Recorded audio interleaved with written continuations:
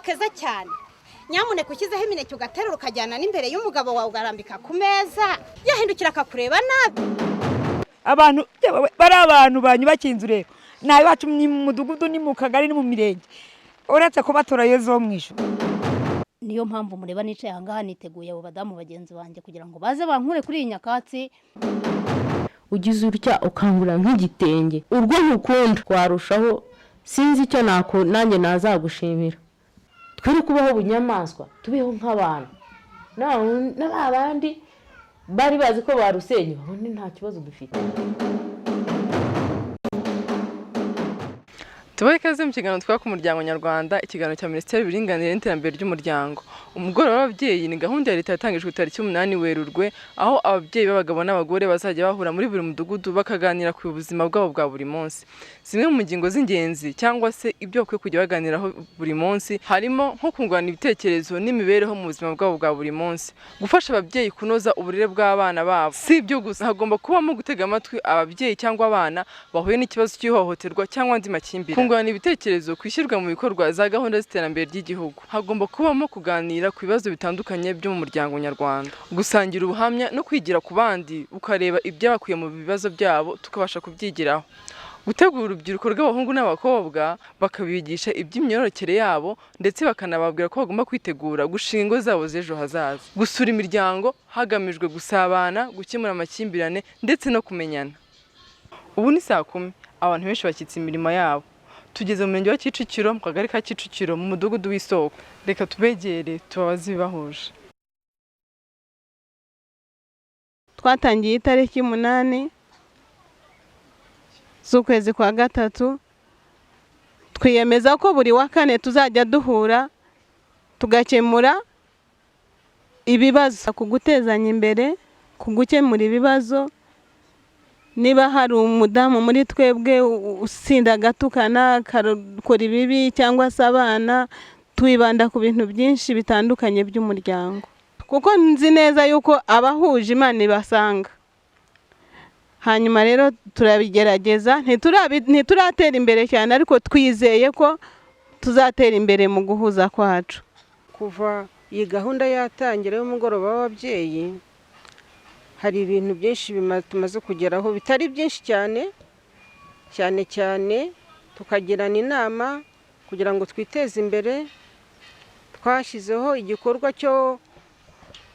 cyitwa kimeze nk'ikimina, tukajya dutanga amafaranga makeya buri wa kane tugahura tukaba twayaha umuntu umwe, bityo mu kwezi tukayaha nk'abantu 4. Ntaho turagera kuko dutangiye vuba, ariko nicyo kintu navuga twagezeho cyo kuba twashaka ukuntu twakwiteza imbere. Uyu mugoroba w'ababyeyi ni mwiza cyane, agomba kwitabirwa n'abantu benshi kubera yuko hari abantu baba bagoramye, hari n'abagororotse, hari probleme z'amafamiye zikomeye ziba zihari.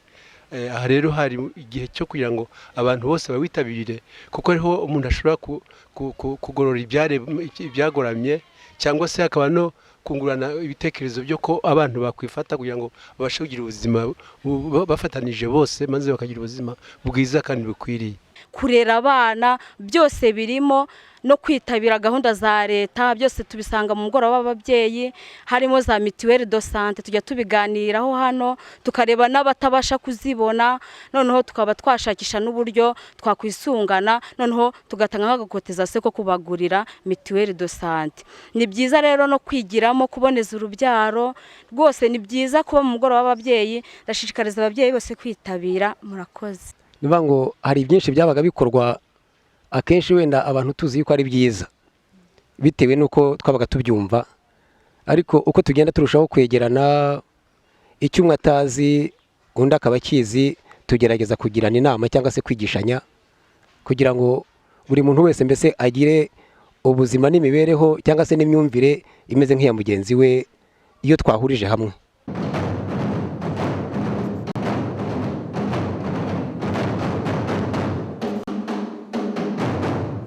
Umugoroba w'ababyeyi abantu batuye mu mudugudu w'Isoko baganira ku bijyanye n'imibereho myiza n'imirire myiza mu ngo zabo, bakagirana inama uburyo umuntu ashaka gutegura indyo yuzuye agaburira abana be kugira ngo abashe gukura neza. Hari ibintu bitera ubushyuhe mu mubiri nk'ibirayi, ibijumba, ibitoke ni ibintu vraiment bitera ubushyuhe karori. Ariko ibintu biri important mbese biza bikomeye ni ibintu biva ku mboga no ku samaki. Inyama zo burya ntabwo ari kenshi burya inyama ntabwo babikonseya, ariko agasamaki ukamenya ngo mu cyumweru niba abana bariye bagomba bena mu kwezi bakaryamo nka kabiri agasamaki. Uramutse ufite umuturanyi ufite umwana urwaye bwaki ni icyo umufasha? Ntamugira inama yo kwita ku mirire ye, tukamugisha hariho ibintu byo guhinga imirima y'udukoni akaba yamuha indyo yuzuye. Kubatekera nk'ibiryo ugashyiramo imboga cyane cyane ugashyiramo n'indagara, ibintu byoroheje mbega bitagoye ariko birimo intungamubiri.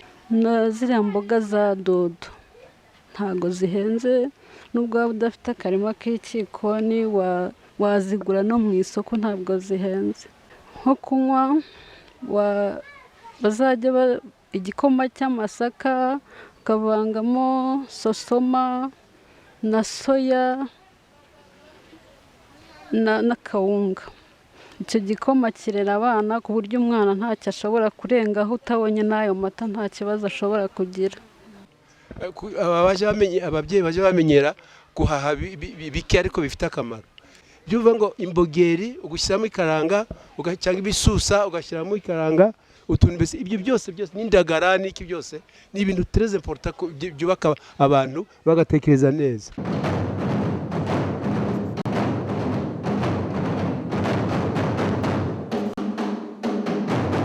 Mu mugoroba w'ababyeyi ntabwo biga iby'imirire myiza gusa, banatangiye gufashanya hagati yabo. Uko batangije ikimina hagati yabo, buri wa kane bakajya bafashanya bagakusanya amafaranga hagati yabo bakabasha kwiteza imbere. Turapanga tuti twegerane tujye tupanga amafaranga 500 tuyarunde buri kuwa kane nimugoroba, tuyahe umudamu umwe mu gitondo agenda azunguze, ubundi wa kane ariko azayagarura byibuze akazana nk'ijana ku mugoroba kuyo twapanze. Rero icyo navuga mbese kuki niba iyi nama zirahanga by'abantu baziyoboke nuko zigiye icyo zimarira abantu. Icyambere cyo nukuvuga ngo umukene wawe urimo umubwiye ibyiza ko yani kimufashisha babumenye, bituma byitabira ndetse bigatuma binamwubaka. Ibikorwa twakoze harimo igikorwa cyo gufuma, turafuma ibitambaro ndetse n'amashuka meza. Abandi nabagerageza kujya gucuruza. Ntago nakubwiye ko tutaratera imbere cyane kubera ko dutangiye vuba, ariko nk'igikorwa cyo gufuma n'ubusanzwe nari nsanzwe mbikora, nkagerageza no kwiyegereza n'abandi ndetse babishaka kugira ngo mbigishe. Icyo kintu twakigezeho.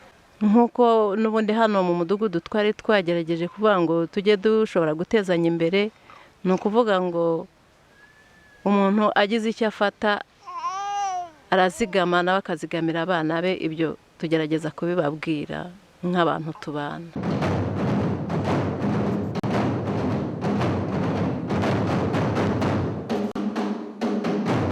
Mu mugoroba w'ababyeyi nanone baganira cyane ibyerekeranye n'amakimbirane abera mu ngo zabo, bakagirana inama aho bashimangira cyane ko umugore ari we musingi w'urugo, ko burya koko ukurusha umugore aba akurusha urugo. Bagirana inama bakabasha gufashanya bungurana ibitekerezo. Twibanze ku badamu kugira ngo be kujya bagirana amakimbirane. Uzi ko abantu iyo baturanye hari igihe bagirana amakimbirane. Twabigezeho rero turabica rwose mu mudugudu wacu w'Isoko.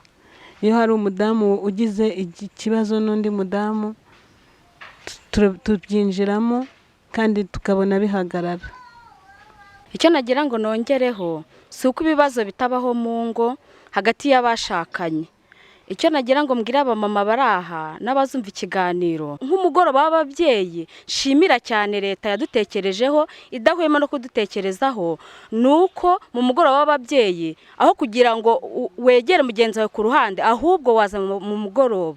Noneho muri wa mugoroba tukabasha kwigiramo byinshi n'uburyo bwo kubaka urugo, guca bugufi, kubaha abatware. Umugore niwe shingiro ry'amahisha y'abantu, ni nawe ni nawe ushobora gusenya urugo cyangwa akarwubaka kuko babimenye rwose ni ukuri yuko umugabo nubwo yifata n'abari n'umusinzi umugore mwiza aramwubaka akanamukura muri ibyo ngibyo kuko ineza nikora ntarwo inabiko igira ikimara. Nimukiye aha 2006 ni ukuvuga ngo umugabo yarantaye imyaka 7 irashira ndaguma mbana n'abana banjye bamaze kuba abasore pe. None igihe kigeze wenda n'abandi babyumvireho umugabo wanjye ararwara yarariyo sinzi yo yabaga ariko kubera hamwe kwa kundi navuze ko guca bugufi je naremeye ndamwakira. Ubwo rero n'abandi ba mama nababwira ngo ufite ibibazo nk'ibyo nanjye ajya nsanga sajya mugira inama n'ukuri. None rero hamwe n'ibyo rero ndabwira bene data cyangwa abavandimwe baraha mugire kwihangana kuko kwihangana kuranesha kandi noneho wamutwari bayagutaye akakugarukira mwakire. Ikindi ubane n'abaturanyi neza amahoro, icyo nicyo kintu cya mbere nabonye.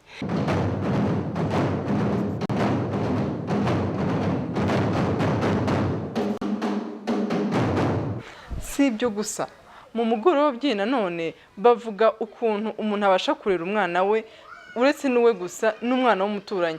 Bababwira ko uburere n'uburezi ari ryo shingiro ry'umurage mwiza ukwiye gusigira umwana wawe.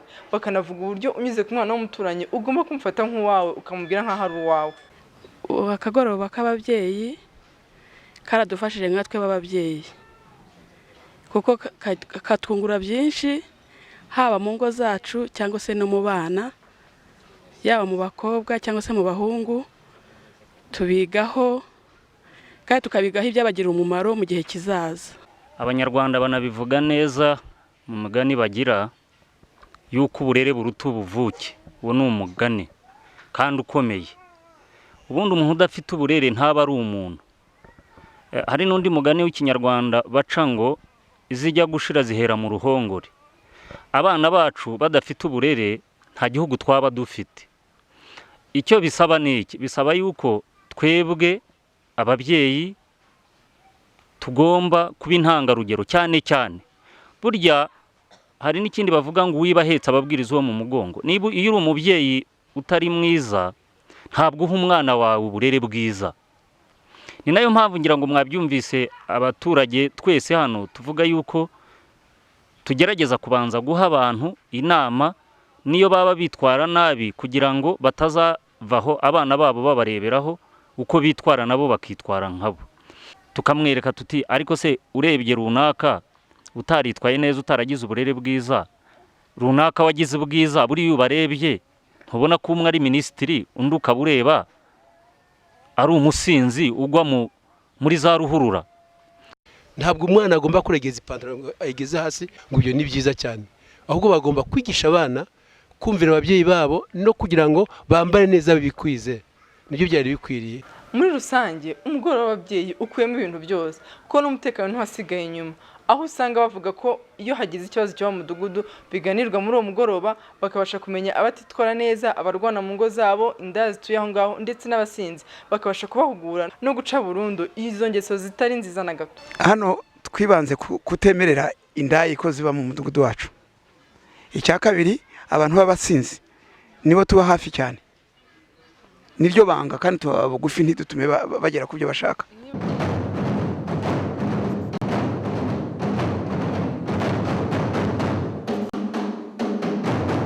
Banyarwandakazi, gahunda y'umugoroba w'ababyeyi ni mureke tuyigire iyacu maze irenga imbibi yo gukemuramo amakimbirane gusa, ahubwo tuhagira ahantu ho guhuza ibitekerezo dutizanya imbaraga twungurana n'ibitekerezo. Mwakoze cyane mwese mwanya natwe muri kino kiganiro, mugire ibihe byiza kandi dukomeze kwitabira imigoroba y'ababyeyi. Murakoze, Imana ibarinde. Bye.